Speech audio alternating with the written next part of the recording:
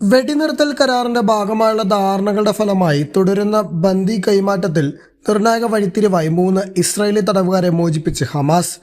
ഇസ്രായേലിന്റെ അന്ത്യശാസനം വന്നതിന് പിന്നാലെയാണ് ശനിയാഴ്ച 3 ബന്ദികളെ കൂടി ഹമാസ് മോചിപ്പിച്ചത്.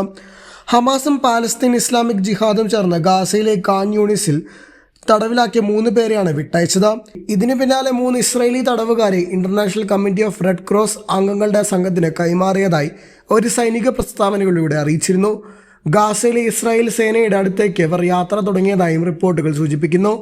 മണിക്കൂറുകൾ പിന്നിടുമ്പോഴും ബന്ദികളെ സ്വീകരിച്ചതായി ഇസ്രായേൽ സൈനിക വൃത്തങ്ങൾ ഔദ്യോഗികമായി അറിയിച്ചു.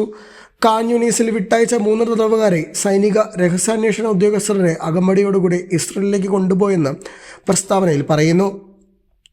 ഇവർ ഇസ്രായേലിൽ പ്രവേശിച്ച ശേഷം പ്രാഥമിക വൈദ്യപരിശോധനയ്ക്ക് വിധേയരാക്കുമെന്നും പ്രസ്താവന വ്യക്തമാക്കി. അലക്സാണ്ടർ ട്രൂനെവ്, സൈക് ഡെൽച്ചൻ, യെയർ ഹോൺ എന്നിവരെയാണ് ഹമാസ് ഗാസയിൽ നിന്നും വിട്ടയച്ചത്. ഇതിനു പകരമായി 369 പാലസ്തീനുകളെ ഇസ്രായേൽ സൈന്യം ഇന്ന് മോചിപ്പിക്കുമെന്ന് പ്രതീക്ഷിക്കുന്നു.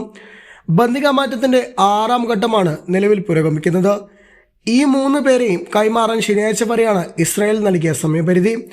ഇന്ന് വിട്ടയച്ച 3 തടവുകാരും ഭേദപ്പെട്ട ശാരീരിക നിലയിലാണെന്നും ചിത്രങ്ങൾ വ്യക്തമാക്കുന്നു. ഇസ്രായേലി ഉപരോധത്തിന്റെ ഭാഗമായി ഭക്ഷണത്തിന്റെയും മരുന്നുകളുടെയും അഭാവം മൂലം വഷളായ ആരോഗ്യസ്ഥിതിയിലായിരുന്നു കഴിഞ്ഞ ആഴ്ച വിട്ടയച്ച തടവുകാരുടെ സംഘം. ഇതിനെതിരെ ഇസ്രായേൽ കടുത്ത ഭാഷയിലാണ് പ്രതികരിച്ചത്.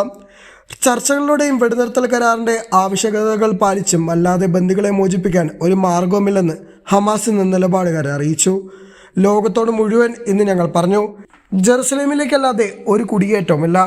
ഇത് ട്രംപും കൊളോണിയലിസത്തിനെയും അധിനിവേശത്തിനെയും ശക്തികൾ പിന്തുണയ്ക്കുന്നവരുടെയും ആശയങ്ങളൊക്കെ തങ്ങളുടെ മറുപടിയാണെന്നും ഹമാസ് വ്യക്തമാക്കി. അതേസമയം ഇതുവരെ 21 ഇസ്രായേലി ബന്ദികളെയും 730-ലധികം പാലസ്തീൻ തടവുകാരെയും വെടിനിർത്തൽ കരാറുമായി ബന്ധപ്പെട്ട ആദ്യഘട്ട സന്ധിയിൽ മോചിപ്പിച്ചിട്ടുണ്ട്. ഹമാസ് ഇസ്രായേലും തമ്മിലുള്ള ഒപ്പുവെപ്പ് വെടിനിർത്തലിന്റെ ഭാഗമായാണ് ബന്ദികളെ മോചിപ്പിക്കുന്നത്. ഇടയ്ക്ക് ചില ഭിന്നതകൾ മറനീക്കി പുറത്തു വന്നെങ്കിലും ഇന്നലെ ബന്ദികമാറ്റത്തിലൂടെ അതൊക്കെ കെട്ടിടങ്ങളിൽ നിന്നും വിലയിരുത്തലുണ്ട്.